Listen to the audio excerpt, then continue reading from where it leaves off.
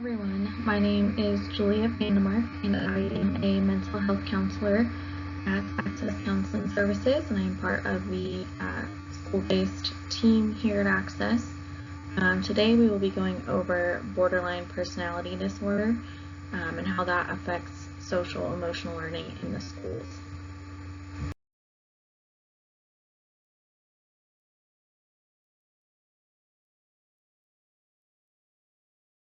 We're going to start today with talking about what borderline personality disorder is.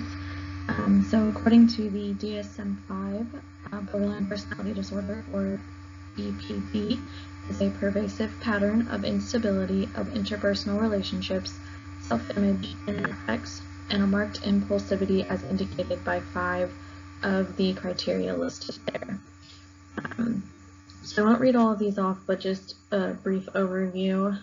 Typically, people with BPD try to avoid real or imagined abandonment. They have a pattern of unstable relationships with friends, family, romantic relationships. They have an unstable image of themselves or sense of self. They have impulsivity in at least 2 areas that are potentially self-damaging. So this could be things like unsafe sex, drug or alcohol use, money spending, things like that. They have recurrent suicidal ideations, behaviors, or self-harm. They have instability due to momentary reactivity of mood, chronic feelings of emptiness, inappropriate or difficulty controlling anger, and frequent stress-related paranoid ideation or severe dissociative symptoms.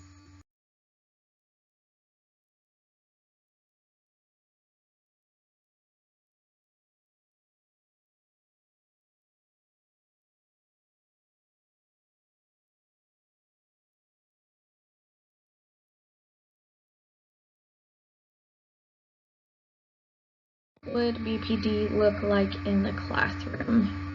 Typically, BPD is not diagnosed until like young adulthood age, but it is, with more research, becoming more frequently or more appropriately diagnosed at a younger age. In children, it could look like emotional reactivity, irritability or intense anger, difficulty controlling really powerful emotions. They could be hypersensitive to social cues. They could have difficulty returning to a normal emotional baseline, and they will express maybe some shame or self-loathing. In adolescence, you're going to see more of that self-harm or suicidal ideations or threats. They're also going to be emotionally reactive. They're also going to be hypersensitive to social cues. They're going to have the same difficulty regulating emotions and returning to that normal emotional baseline. They're going to have difficulty creating healthy relationships. They're going to engage in some of that risk-taking behaviors, and they're also going to express that self-loathing or shame.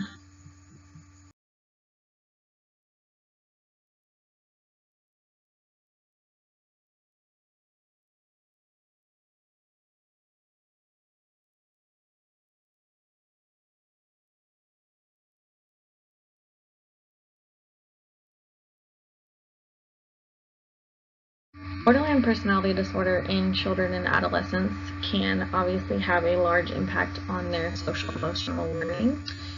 Students that deal with BPD will often have a much harder time regulating their emotions in the school setting, as I've talked about. Children and adolescents will chronically feel really misunderstood or just not feel supported in their emotions. And they may even be considered temperamentally more emotionally sensitive and reactive. And all of these factors can contribute to them having a lot more difficulty maintaining, the wanted behaviors in school. It'll cause more disturbances in their day-to-day activities and how well they do at completing their necessary work in the school.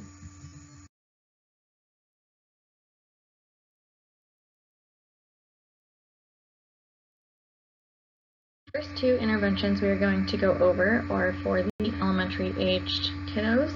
The first intervention is mindful breathing, and the second one is the stop technique.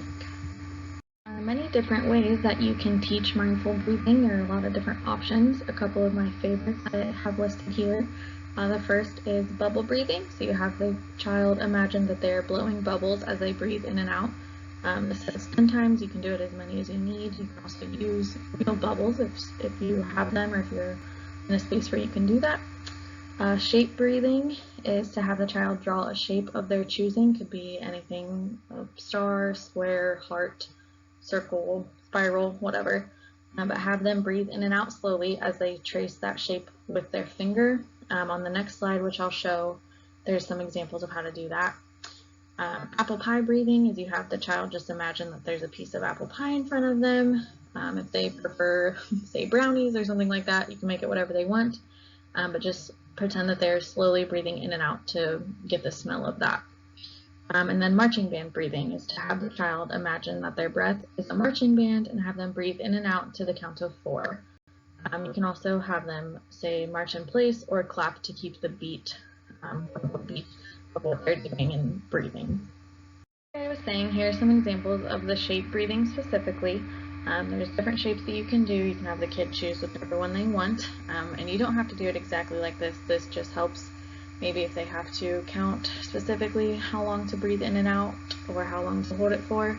But if you choose to just have them pick whatever shape they want and just trace it as they go, that's acceptable too. The second intervention is the stop technique, and this is, say, if you're having kind of an emotional outburst with a student, whether it be anger or irritability, whatever it might be. First, you just stop the behavior, which is much easier said than done, but you encourage the child to stop whatever they're doing, so to stop and take a step back from the situation in their mind, and then take a step back or take a break, so allow them the space to get away from the situation, whether that be they go to walk in the hallway or they go to a corner of the room, whatever that might be. And you have them observe the situation around them and identify their distress. So what is happening? What are they reacting to? What are they thinking and feeling?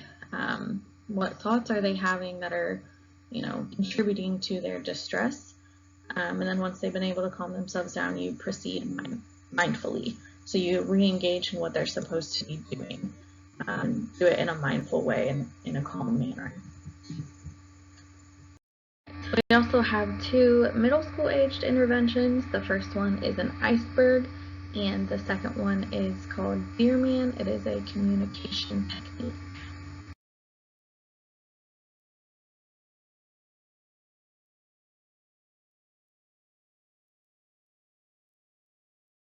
For the iceberg techniques, you can have the child draw an iceberg from the perspective of being able to see above and below the water. So the top part of the iceberg sticking out of the water will be the emotion that they were outwardly expressing, and the part of the iceberg under the water, you will have the child identify all the other emotions that they might be experiencing, but they're not outwardly being expressed. But they're also contributing to the emotion that they're expressing, which is identified above the water. And I have an example of that on the next slide.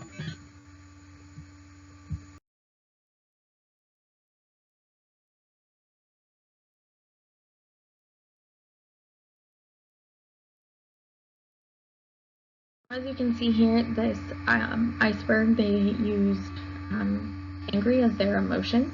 So as you can see, you have angry above the water and all the other emotions below the water. So the part above the water is what you're seeing as being outwardly expressed. The underlying ones are things that maybe they're not expressing, but they're also still feeling.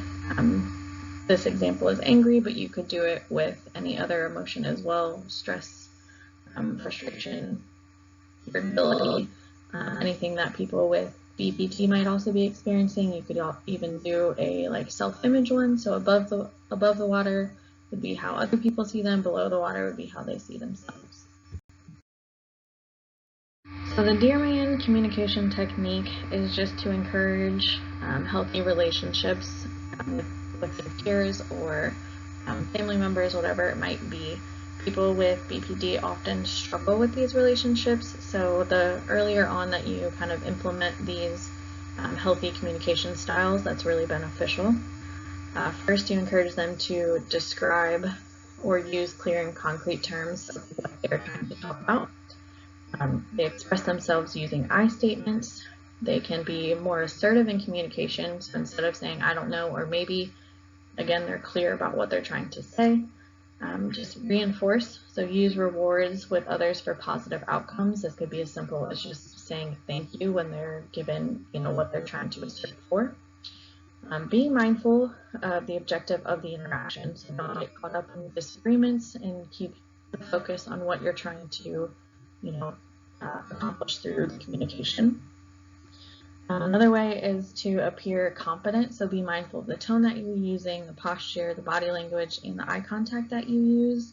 So this can all be done just in the way that you're speaking with the child or how they're speaking to others. And then being open to negotiation, so making sure that you keep in mind that you're not always going to get anything that you want. Be willing to compromise, I guess. And this can be done through modeling the behavior, modeling that communication style with the kids, and then encouraging them to implement that as well. And on the next slide, I have a breakdown or a worksheet that shows how to do some of that.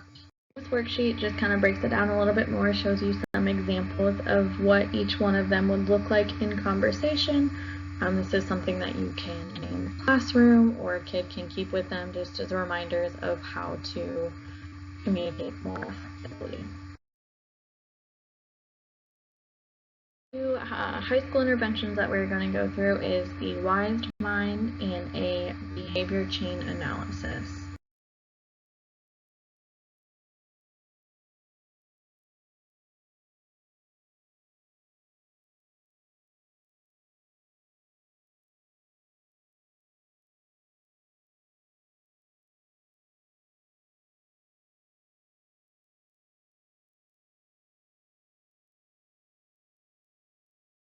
WISE mind is having the child or student, adolescent identify their 3 states of mind. The first one is the reasonable mind, emotional mind, and the wise mind. The emotional mind is used when feelings control a person's thoughts and behaviors. The reasonable mind is used when a person approaches things intellectually and solely based on facts. And then the wise mind is used when both the reasonable and emotional mind are being used in a balanced way. So this helps them kind of not be too overly emotional, but also not solely rely on rationale.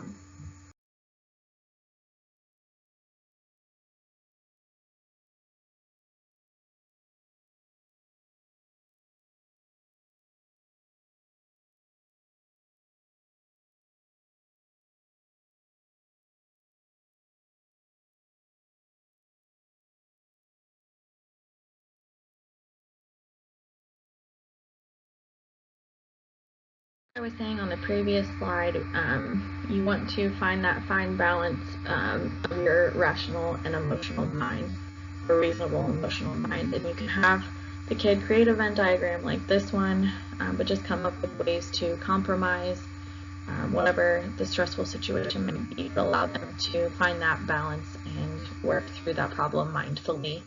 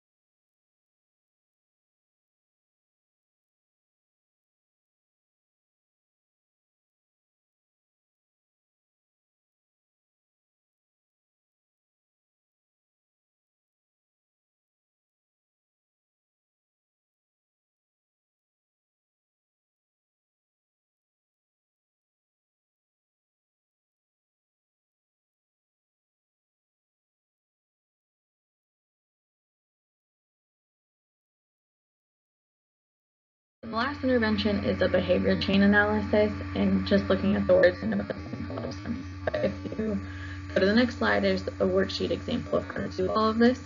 The first step, however, is to identify the prompting event. You then identify the triggering thought or the triggering emotions. You identify the target behavior, which is the behavior that the student wants to be changed.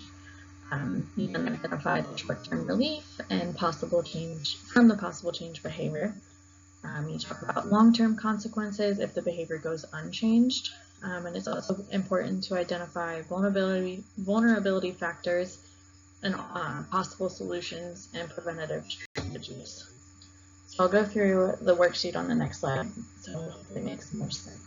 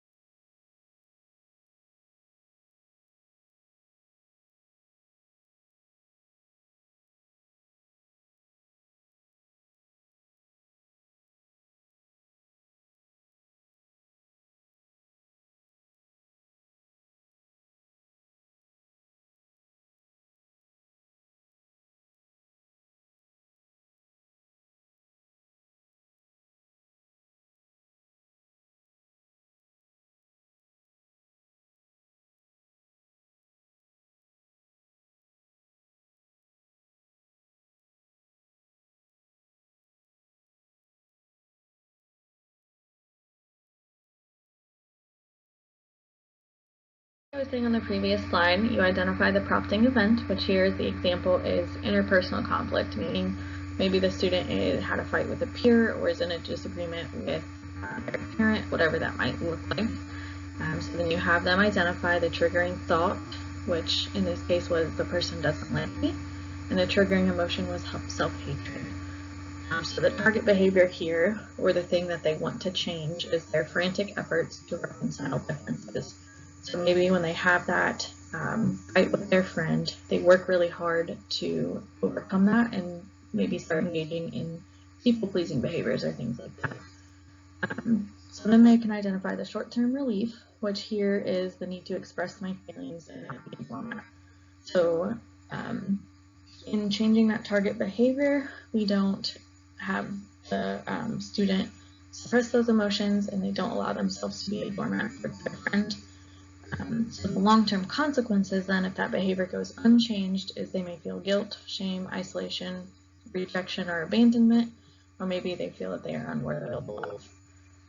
So the vulnerability factors, they don't give an example, but that just means they identify initially what are some things that make them vulnerable to interpersonal conflict, and coming up with possible solutions or preventative strategies. So this is just ways that they can avoid interpersonal conflict in the future.